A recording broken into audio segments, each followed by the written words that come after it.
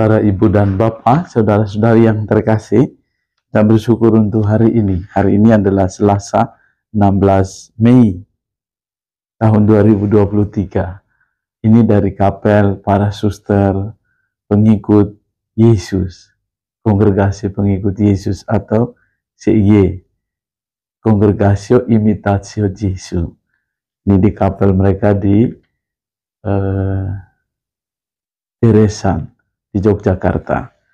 Kita mau bersyukur kepada Tuhan diajarkan bagi kita hari ini dalam kitab Wahyu bab 19 ayat 7 dan ayat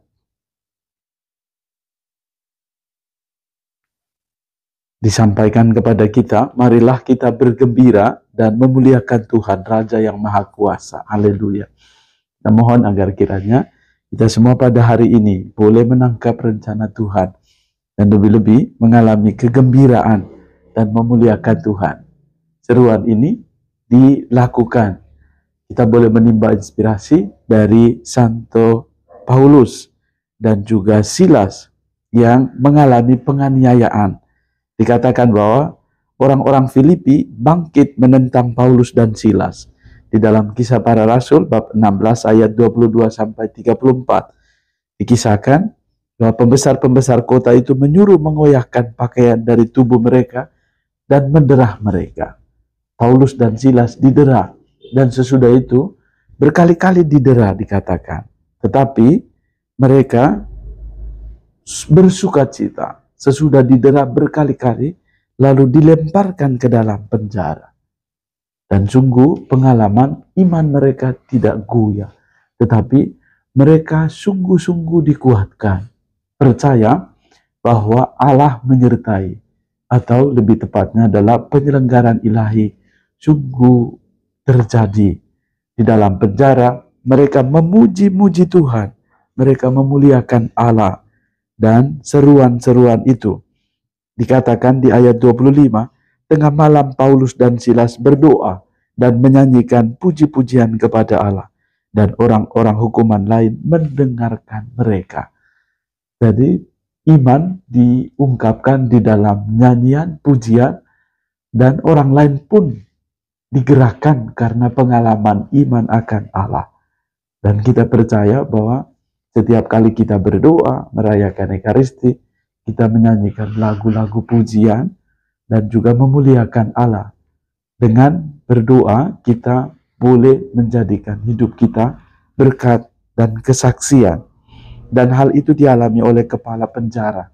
Di akhirnya dikisahkan selanjutnya sungguh menarik. Akhirnya dia dengan melihat pengalaman iman Paulus dan Silas dan banyak orang, dan pada akhirnya ia sendiri memberi diri dibaptis, dan seluruh keluarganya pun menjadi pengikut Yesus. Dikatakan ia sangat bergembira bahwa ia dan seisi rumahnya telah menjadi percaya kepada Allah.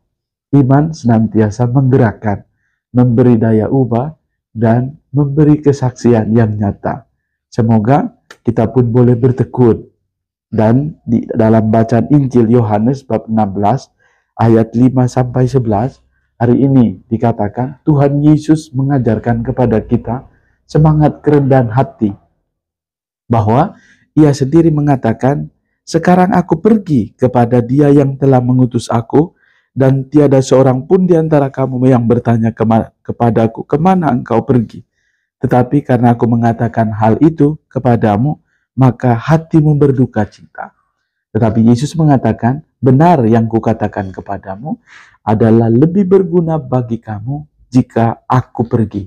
Sebab jika aku tidak pergi, penghibur tidak akan datang kepadamu. Sebaliknya jikalau aku pergi, aku akan mengutus dia kepadamu.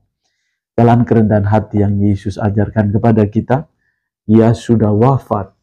Anak Allah turun ke dunia seperti kita manusia, lalu menyelamatkan kita. Sesudah menyelamatkan kita, ia menampakkan diri, menyertai kita, dan pada akhirnya ia sendiri mengajarkan jalan kerendahan hati ini. Boleh kita sadari bahwa kita sendiri diajarkan oleh Allah sendiri untuk menjadi pribadi yang rendah hati, yang mengatakan, aku akan pergi supaya penghibur itu datang kepadamu. Ia mengutus Roh Kudusnya untuk memberkati kita. Dan roh itu, roh penghibur, ia akan datang, ia akan menginsafkan dunia. Pertama akan dosa, akan kebenaran, dan akan penghakiman. Dikatakan dan dijelaskan sangat indah. Akan dosa karena mereka tidak percaya kepadaku. Akan kebenaran karena aku pergi kepada Bapa dan kamu tidak melihat aku lagi. Akan penghakiman karena penguasa dunia telah dihukum. Semoga kita semakin dikuatkan dan diberkati oleh Allah sendiri. Allah menganugerahkan berkat bagimu, keluarga dan komunitas, juga untuk semua mereka yang merayakan hari ulang tahun kelahiran pada hari ini, hari ulang tahun perkawinan, dan seluruh aktivitas kita diberkati oleh berkat Allah yang Maha Kuasa, Bapa, Putra, dan Roh Kudus. Tuhan Yesus memberkati.